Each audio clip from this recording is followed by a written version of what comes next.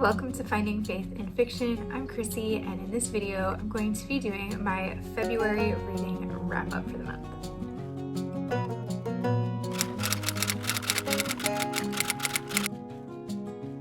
It's hard to believe that it's already the end of February. I know it's a short month, but this month has actually felt really, really long.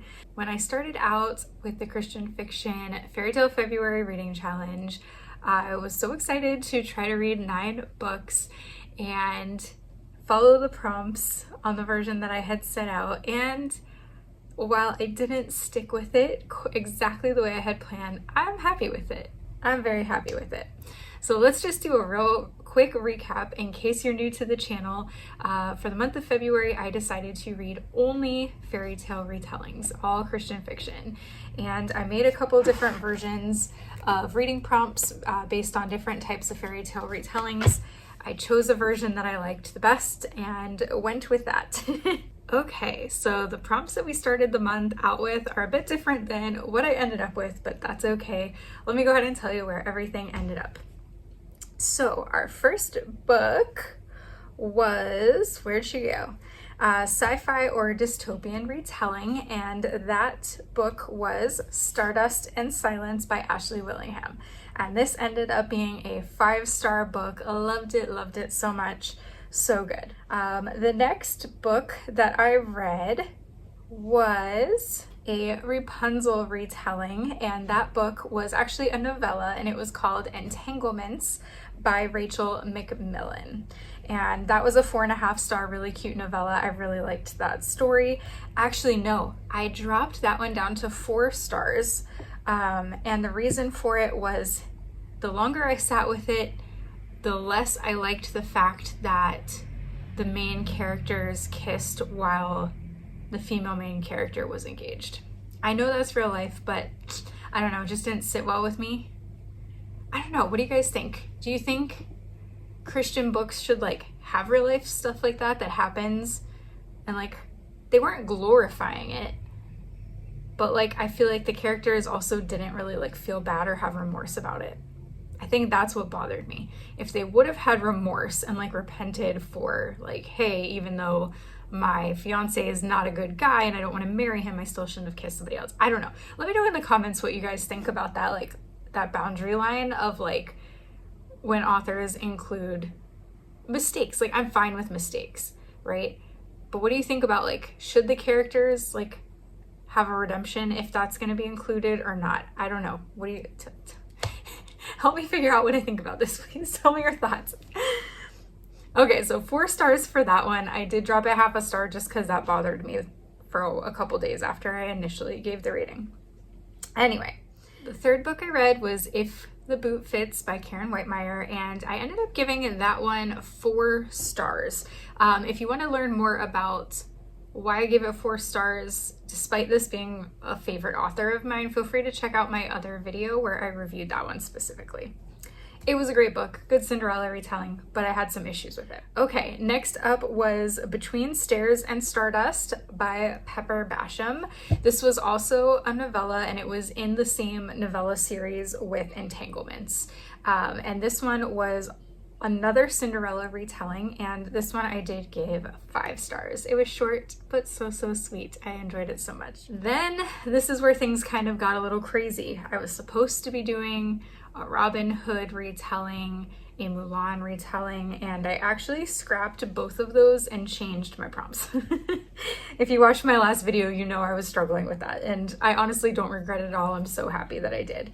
So next I decided to go with a Beauty and the Beast retelling, because to be honest, I think Beauty and the Beast retellings are my fave. I don't know, I've read some other really good books this month, so I can't decide, but I do love a Beauty and the Beast retelling. So I decided to read Under the Scottish Sky, and that was by Amy Coburn Crawford, and I loved that book so much. I talked about it in my last review as well. The only downside is the author doesn't have any other books, so I can't go binge read her back list, which is unfortunate. After that, I read a modern retelling. This was another one I changed. So instead of Robin Hood, I changed it to modern retelling. And for this one, I read Renderzella by Amy R. Anguish. And one of the reasons why I specifically chose that as my modern retelling was because I knew I was going to be on the launch team for her new book, which I'll get to in a minute. And so I wanted to read book 1 in the series first, which was Renderzella. And I actually really, really liked this book. This was a new to me author, and this was a 4.5 star for me. So cute.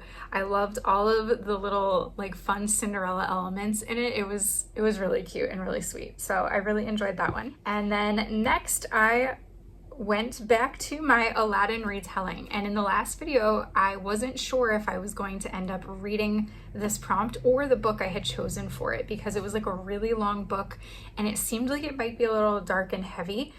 But oh my gosh, I am so glad I decided to actually go through and read this book. It was phenomenal. So for the Aladdin retelling, I read Genie by Elizabeth Joy.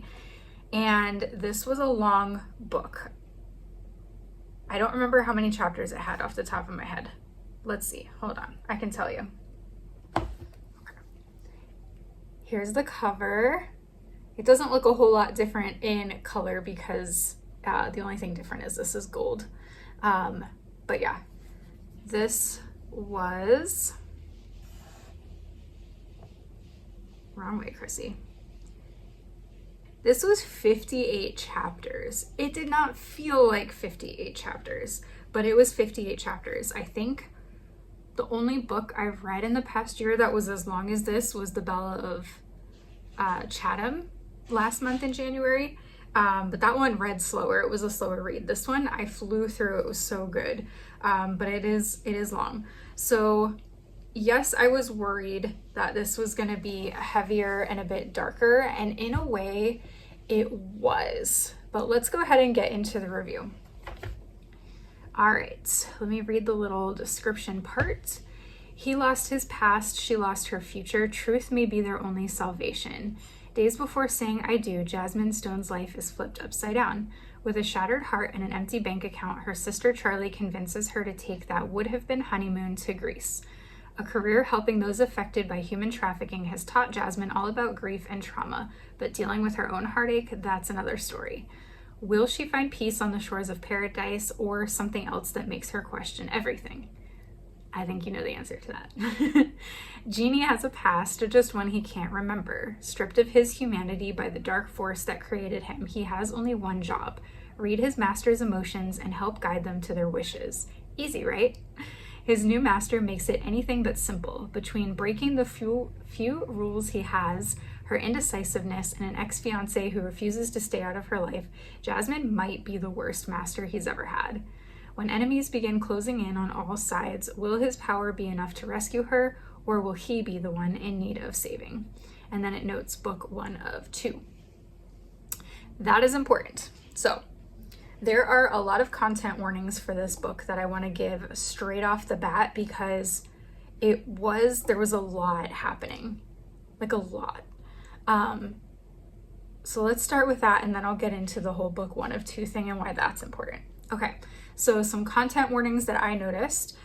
Human trafficking. There were many mentions of this in the book. Jasmine's job revolves around that, and some of the action kind of gets into that on page. Just one scene really, but you see some people who are being trafficked. A little bit about the foster care system. There were ICE agents and deportation threats. I know with things going on in America right now, that might be a trigger for some people, so putting that out there. Gun and knife violence and wounds. Physical control, actually physical and mind control by an evil figure. I need to fix that.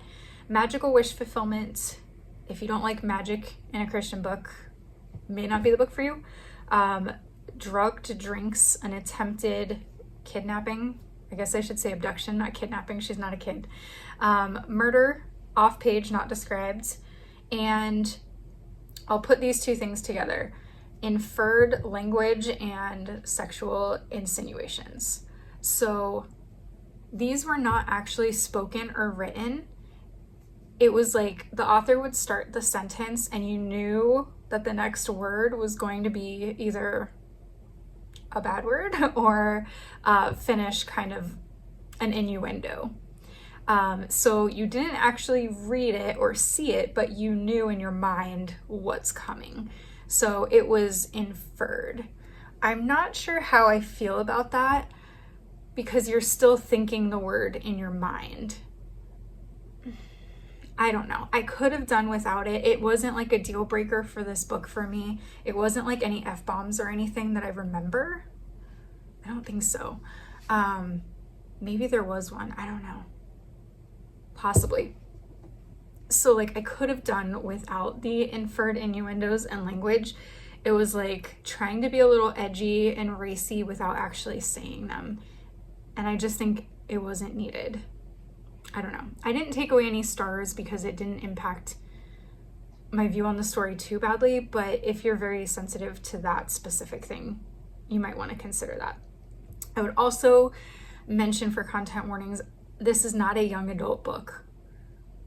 This I wouldn't say is appropriate for someone under 18. Again, there's nothing like super out there, but like it's talking about like there's several club scenes, there's drinking, there's alcohol, the drink gets drugged, they try to take her.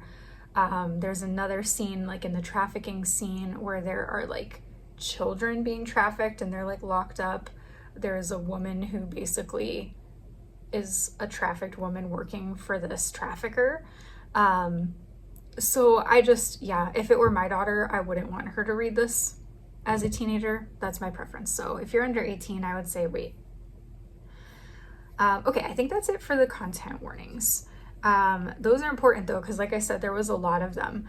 I will say though, from like a Christian reader perspective, I think the author did a good job handling most of this with care. It never got too graphic or like crossing a line of feeling super inappropriate.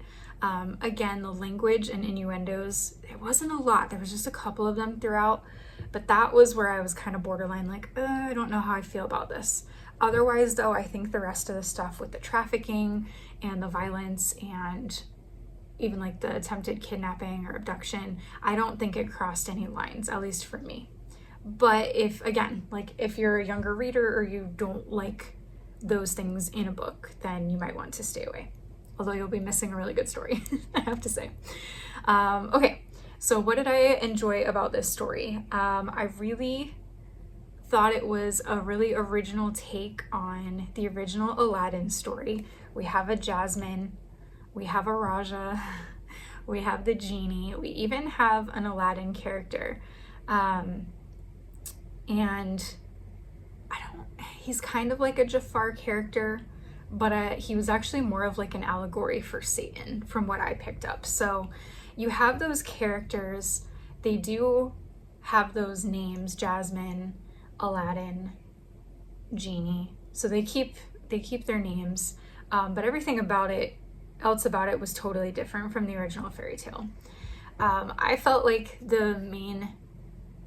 both main characters, Jasmine and Genie, were written so well. I really liked both of them. He's kind of like the hero protector type. She definitely is like kind of selfless to the point of being masochistic, and he's always having to jump in and try to save her from the mess that she created for herself. So if you like that damsel in distress protector,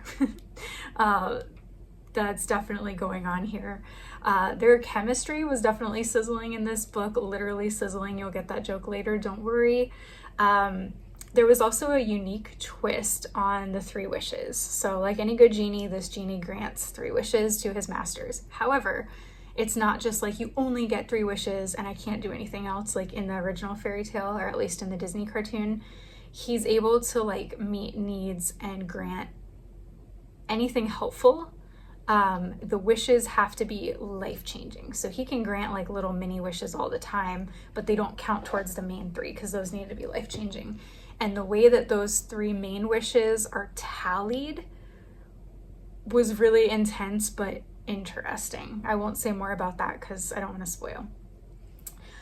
This book did have really strong Christian faith content for being heavy and tackling some pretty tough things, real life things.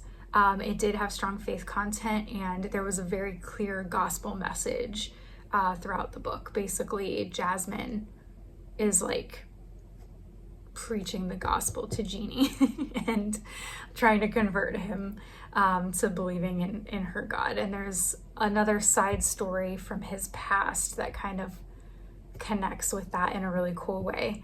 And then, yeah, like I mentioned, the like Jafar kind of character is different in this story. This is the man who actually created Genie, took away his humanity, bound him in his cuffs, and puts him in the lamp.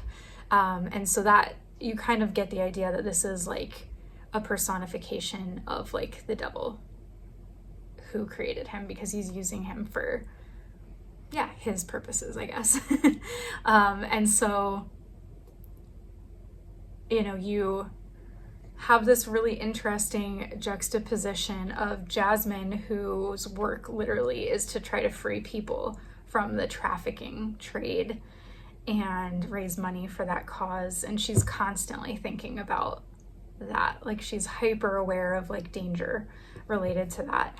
And so the fact that she ends up being the master to an enslaved Genie is really interesting, because she literally hates the thought of anyone not having freedom.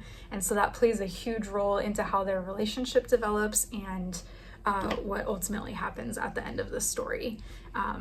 She gives up a lot in order to try to free him.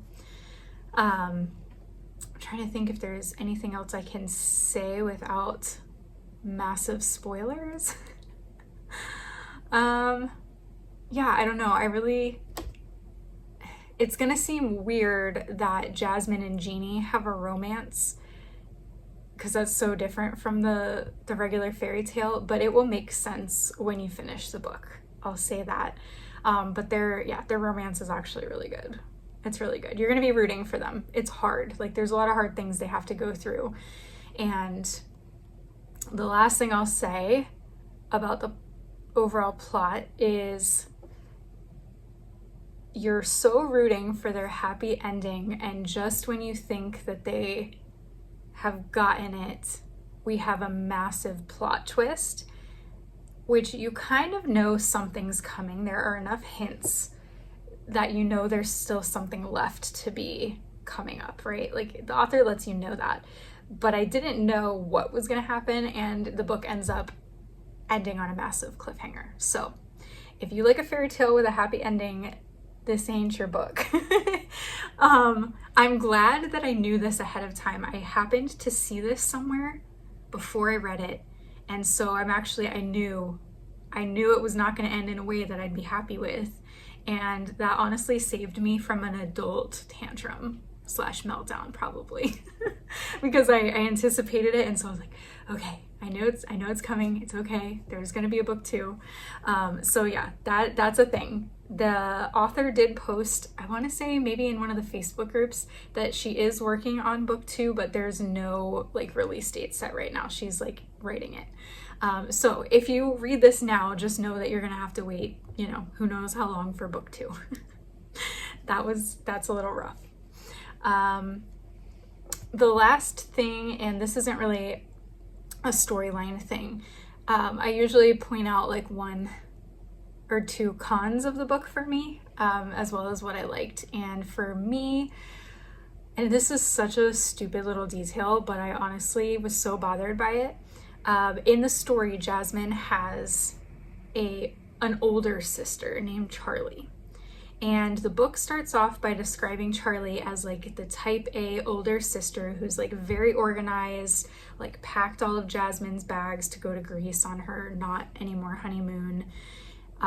Which, side note, if you love Greece, Santorini, yes, that was in there, and I loved that because I've been there and it's my favorite place, so that was cool. However, after that initial setup of describing her as this type A organized older sister, Charlie proceeds to act like a total younger sister the entire rest of the book. I am like a very type A organized person, and so for me it became very unrealistic that this character was kind of a hot mess, was like very loosey-goosey with her behavior, you know, they're supposed to be Christians. She's like out clubbing with like random dudes in Santorini. She's like, Jasmine's always having to worry about her, that she's going to get into trouble, that she's going to get kidnapped and trafficked. And yeah, she's just kind of a mess, honestly. And I'm like reading this and I'm like, this is not older sister behavior. Maybe this is because I'm an older sister and I'm type A and organized, that I'm like, this does not match how she was described. So, and I apologize to the author for this. I took some liberties while I was reading, and in my head I was like, nope, Charlie is her younger sister. That's what it has to be for me to get through this book and not drive myself crazy. So that was my one con, and the only thing that I didn't like about the book besides the like inferred language situation. But again, it's not a huge deal. It didn't like ruin the story for me or anything. It was more just, I don't know, it just didn't feel realistic to me. I believe this is a first-time author, so, you know, I'm not holding it against her or anything, but yeah, I don't know, maybe normal people wouldn't even pick up on that. I'm not sure. If you've read the book, let me know if you picked up on that or if that bothered you at all, or if I'm like a seriously weird person. Help me out. So overall, I did give this book 5 stars because the writing was very good. The creativity of how she took the Aladdin story and changed it into such a unique story with so many like tough things, like but real life things, I think was really cool. And yeah, I don't know, it sucked me in. I didn't want to put the book down, and yeah, I just really liked it. I was bummed at the end, knowing that I have to wait to see what happens, but I really, really liked the book. Okay, that was a long rant about that book, but it was a long book, so I feel like it was justified. For the next book, and this was for my free space prompt, I was struggling with what to read for this one, and I did have a book picked out, and I did start reading the first couple pages, and I was just like, no, And I've seen and heard a lot about this book, and I don't know if I'll go back and read it or not. I'm not sure. I don't want to say what it is because I haven't given it a fair chance, but yeah, I got a couple pages in and was like, no, I'm not feeling it. I'm not wasting time. So I decided, because I started the month with an Ashley Willingham book and I loved it so much, the Stardust and Silence, which is actually book 3. Leave it to me to read books out of order in the series. I know.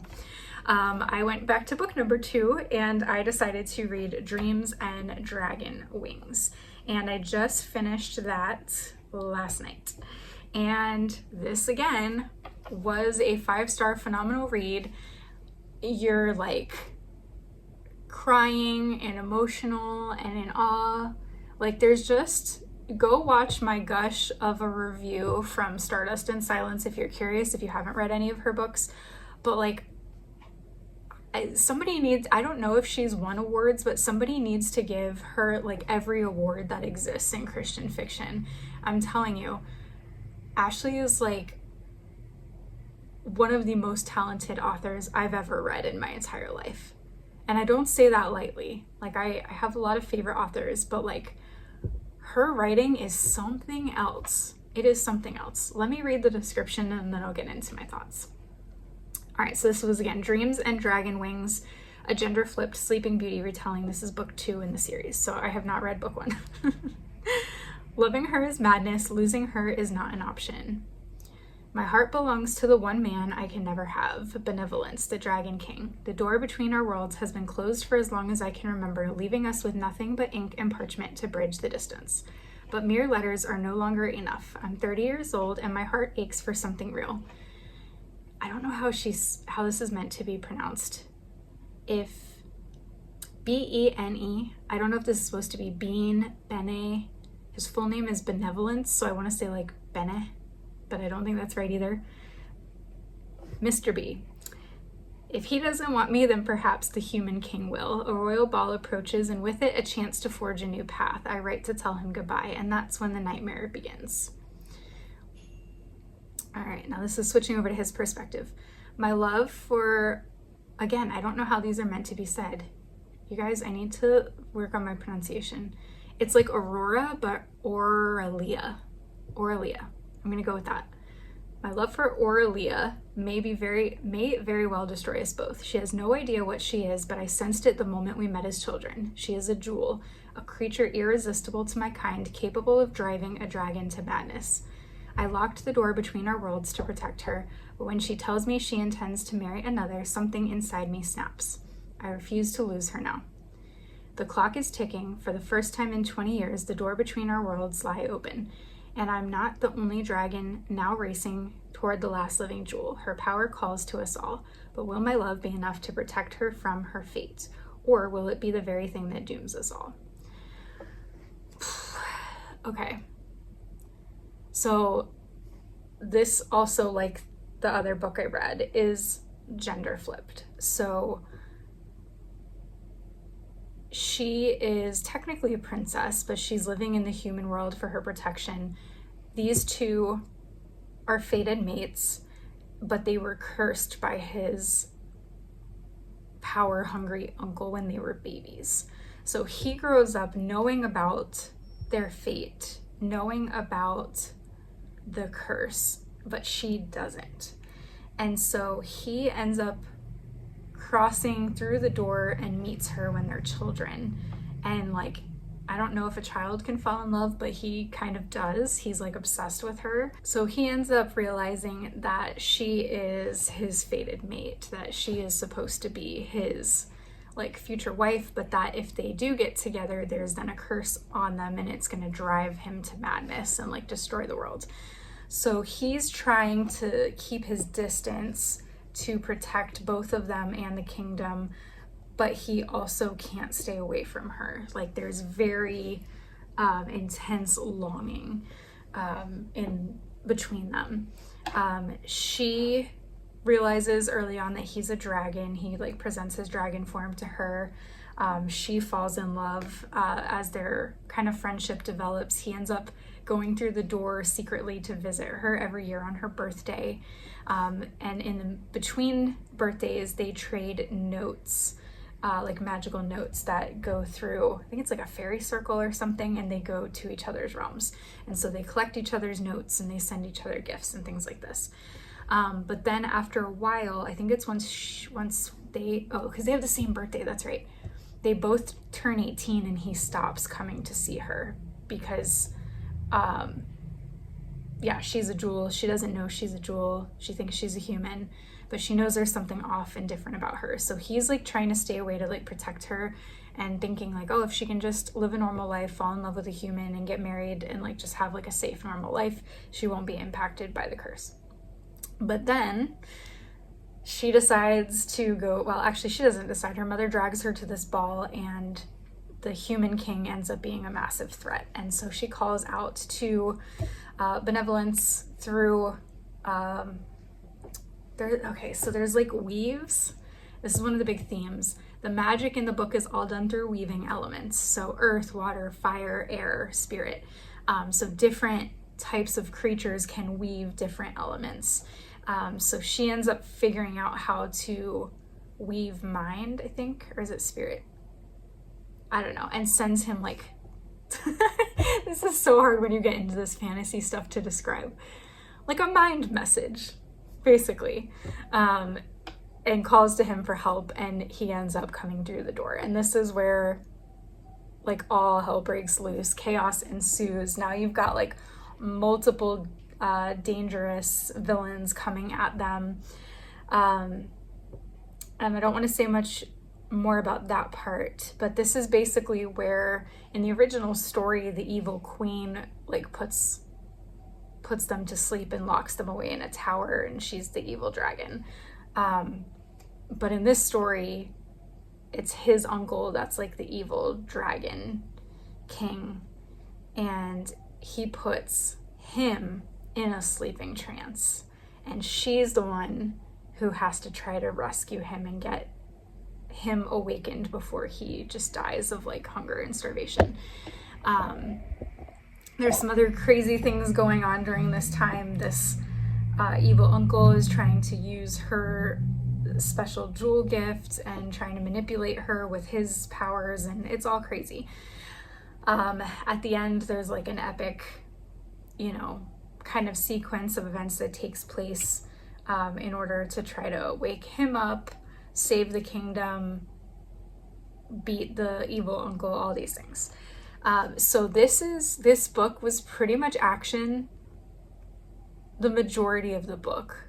Like, I'd say quite well before halfway we're like in the action, and the whole rest of the book was like action, action, action, action.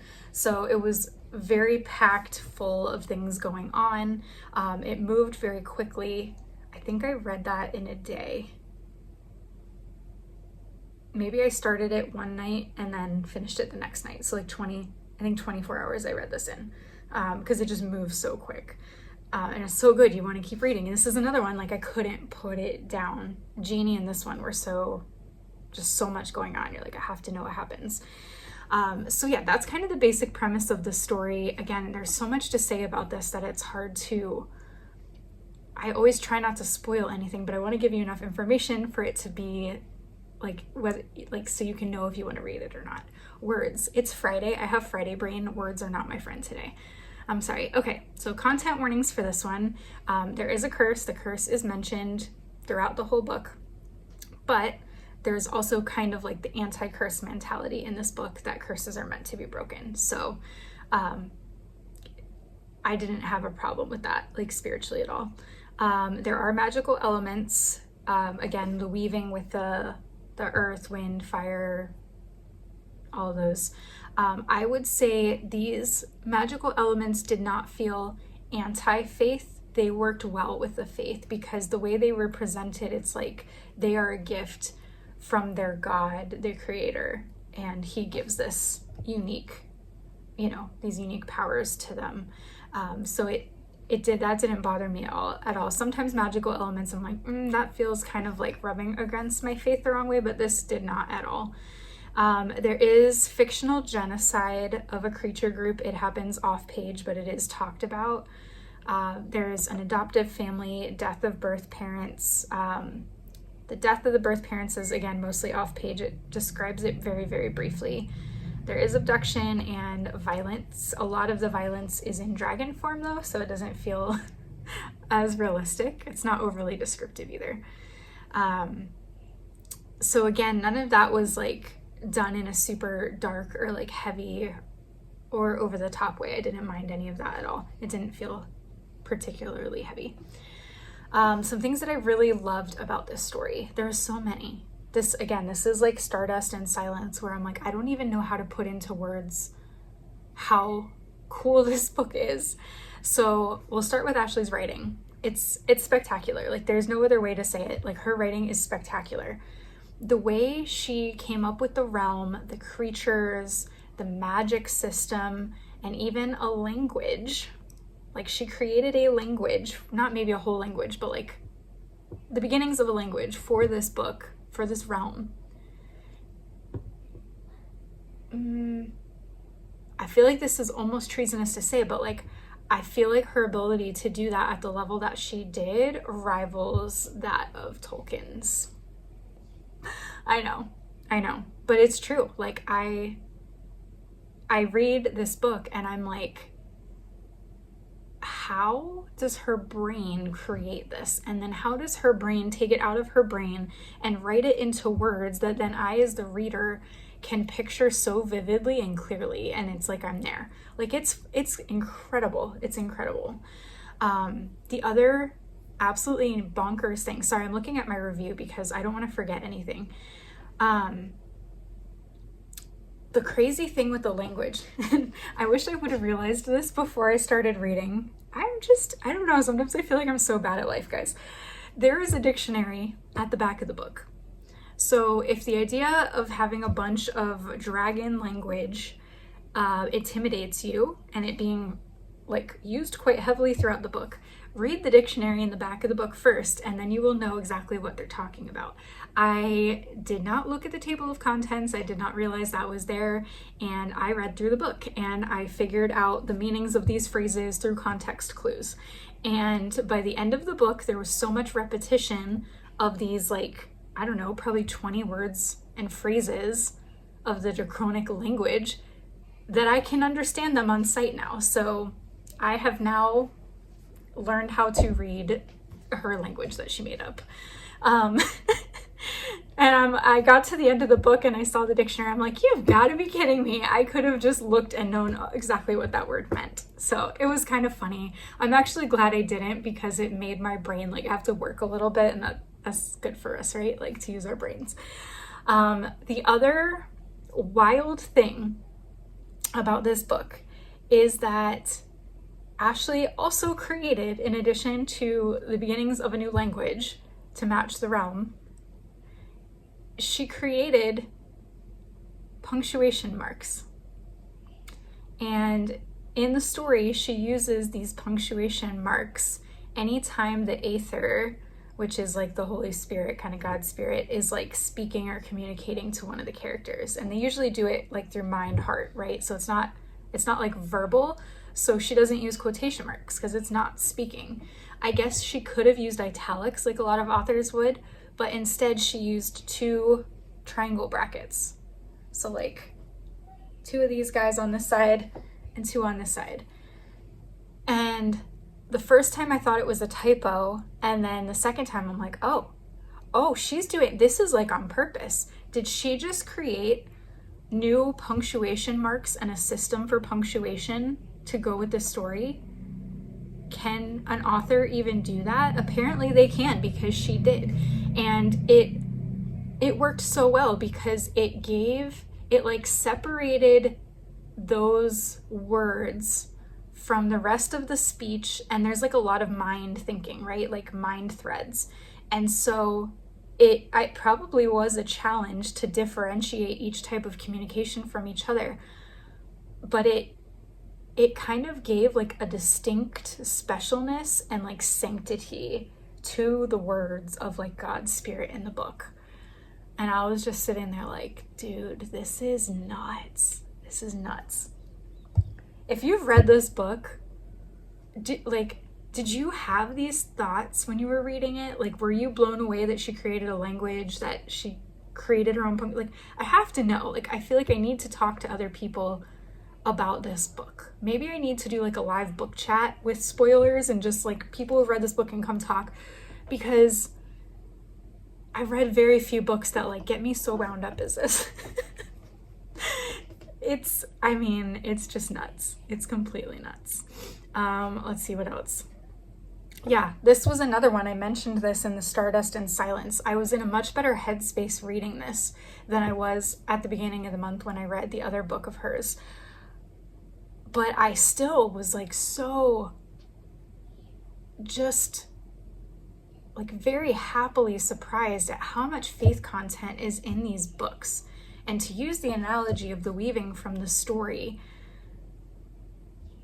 the way that she weaves allegory, the gospel message, into just the threads of this story so organically is so crazy and so amazing in the best way. Like, this is a book, you're going to have tears in your eyes, you're going to have goosebumps on your skin, you're going to feel the presence of God in the room with you while you're reading this book. Like, I'm going to cry just thinking about it because it feels so real. It feels so real when you're reading.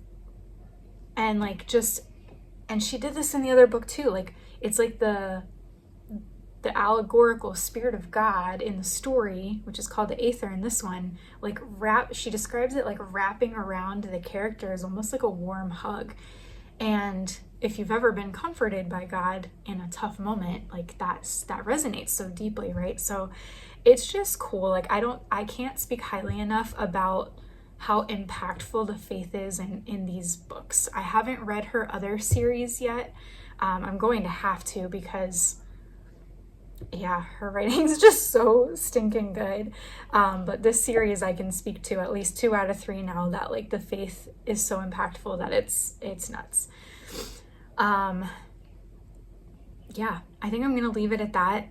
Read this story. It's fantasy, it's romantasy, it's Christian fiction. Honestly, I think even if you don't love fantasy, it's highly unlikely you won't appreciate this book just because of the pure genius of the writing and how strong the faith content is. There's a couple reviews I saw that were like, oh, it was confusing to me because of like dual timelines going back and forth between characters and then past and present. I did not find that a problem at all. But again, I can't imagine most Christians like not finding some kind of enjoyment from this book and appreciating it. So good. So of course this, I think I mentioned this was a 5-star to me. Another thing that I don't know that I mentioned in my first review for Stardust in Silence, but I will mention here, if you go to Ashley Willingham's actual website, she sells the books, and I'll have to put a screenshot right up here for you to see. She includes like stickers and artwork of the characters, maybe bookmarks, and the way that she like presents them and wraps them together, it's so beautiful. And as soon as I get back to America, like the first thing I am buying is all 3 of the books in this series from her website. The only thing that would make me happier is if she put out hard cover versions with painted decorated edges. That would put me over the top, but she hasn't yet. I'm hoping, because that would just like literally make me fangirl so hard. It's not even funny. So if you're interested in these books, or if you love them and read them and you didn't realize she has that available, go check it out. The artwork is beautiful, the stickers are beautiful, and you'll look at it and be like, oh my gosh, that's exactly what I imagined in the book when I was reading. And that, I don't know, it just felt good to see them. That gets us through books 1 through 8. I have 1 book left in the challenge, and that is my Snow White retelling. And I'm gonna go ahead and reveal what the book is that I'm going to be reading. Today is the 27th, so I only have today and tomorrow left of the month, but the author has not released the ARC copy to her launch team yet. So I am very eagerly awaiting that. I've actually started my first March read while I'm waiting for this last fairy tale retelling to come out, so I might end up having to like flip them, you know what I mean? Like I'll probably finish my first March read before February's over and then have to read that one the first day or 2 of March. And that's fine. Like I'm still counting it towards the challenge. I was hoping we would have gotten it last week or earlier this week, but I know how those things go when they're in their like final rounds of editing. So the book that I'm going to be reading for my Snow White retelling to wrap up all 9 books for the challenge, I'm going to do it, I'm so happy, is Fairest in All by Amy R. Anguish. So I mentioned I read book 1, which was Rendersella, which was a Cinderella retelling, and this is book 2 in the same series, and it's called Fairest in All. And this one actually picks up the story of one of the supporting characters from Rendersella and tells her story through kind of the lens of like the Snow White retelling. So I really liked Rendersella, and I'm really excited to read Fairest in All. Again, my timing might be a little off, but it's okay. I'm really excited. I have already posted a couple things on my Instagram about this book. It is available for pre-order. I believe it's even the ebook version is slightly discounted, I think like $1 off right now. So if you're interested in it, go check out the description and feel free to pre-order it. You could also read Rendersella while you're waiting. I have a feeling it's going to be a really good book. I'm really excited about it. So looking forward to helping her launch that book throughout the month of March. I will be posting a separate review just for that book since it's gonna go past the end of February from what it seems, and that way I can kind of dedicate some time just to that book. So that's it, guys. That wraps up February books and my 9 prompts. Once I check this last one off, we're done. We've got everything checked off besides that one. It's a hot mess. It got scribbled, it got whited out, erased, rewritten in, and I'm cool with it. Yeah, I wasn't sure towards the beginning of the month how this month was gonna finish, but I got my groove back, it all worked out, and I ended up reading some really phenomenal books. Like, it's hard to say. I've had so many good book months in the past 12 months that it's hard to pick one, but like some of these books were just so truly excellent. So it was a great month, and I'm really pleased with the prompts I ended up choosing and the books I ended up choosing. If you followed along, if you joined me reading 1, 3, 6, 9, however many fairy tale retellings, I hope you enjoyed the challenge. I hope it was fun and brought some magic to your February this year. All right, lastly, and I haven't done this before on a wrap-up video, but I'm going to go ahead and share my February stats. And you'll be able to find this posted as a carousel on Instagram too. So this month I will have read 9 books. The book that stole my heart. This is rough. Yeah, I'm gonna go with it. Under the Scottish Sky. That was the Beauty and the Beast retelling. I'm going with that one. It was such a beautiful book. So that one definitely like stole my heart. Most mind-blowing, this one is a two-way tie because again, I just can't I can't differentiate between one being better than the other one. So I put Stardust and Silence and Dreams and Dragon Wings as a two-way tie for most mind-blowing because they're so different from each other, but I can't decide if I liked one better than the other. So both of them. Most dramatic was definitely Genie. And I'm gonna say the lightest read, I think, was probably Renderzella. I think so. Yeah, I'm going with that. So those are some of my superlatives for the month. I always post superlatives on my wrap up on Instagram. So reading stats within the fairy tale retelling genre, the subgenres that I read were 2 fantasy, 3 contemporary romance, and 4 historical fiction / historical romance. Now, I did count Genie as a contemporary romance, even though that one could be considered as fantasy as well, because the book did take place predominantly in modern day. So I think you could kind of count 3 fantasy and 3 contemporary romance, but that's how I categorized it. In terms of which retellings, we had 1 Aladdin, 3 Cinderella, which I'm honestly so surprised. I wasn't planning to read 3 Cinderella retellings. I would not say Cinderella is like a favorite fairy tale of mine by any means, but that's how it worked out. So, like, okay. 1 Beauty and the Beast, 1 Snow White to come, 1 Little Mermaid, gender flipped, 1 Rapunzel, and 1 gender flipped Sleeping Beauty. So that was kind of the breakdown of which retellings I read. And then lastly, I'm going to end with my top 3 reads from the month. And again, this is kind of echoes what I just said, and this was really hard. So it's actually 4. I said top 3, but 2 of them were tied. So again, my top, I guess we could say 4 because I couldn't pick 3, were Under the Scottish Sky by Amy Coburn Crawford, Stardust and Silence by Ashley Willingham, Dreams and Dragon Wings by Ashley Willingham, and Genie by Elizabeth Joy.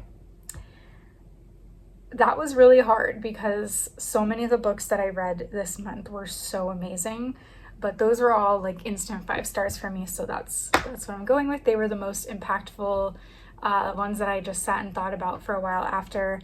I'd say an honorable mention after that would probably be Renderzella. That one was really cute, and that one definitely lingered with me for a little bit as well. So that's it. That's my stats for February. I'll be back in a couple of days with my March hopefuls for what I'm thinking about reading for the month of March. I don't know if I've lost my mind with all these fairy tales and I'm living in a magical dreamland that's not real life, but I've got 12 books on my March hopefuls. So keep an eye out for that video so you can eat some popcorn, shaking your head at me and being like, Chrissy has literally lost her mind. She's a crazy person. Because that's literally what's happening. All right, you guys, I hope you have a blessed end to your February, and I look forward to seeing you for some awesome book talks in the month of March. Bye.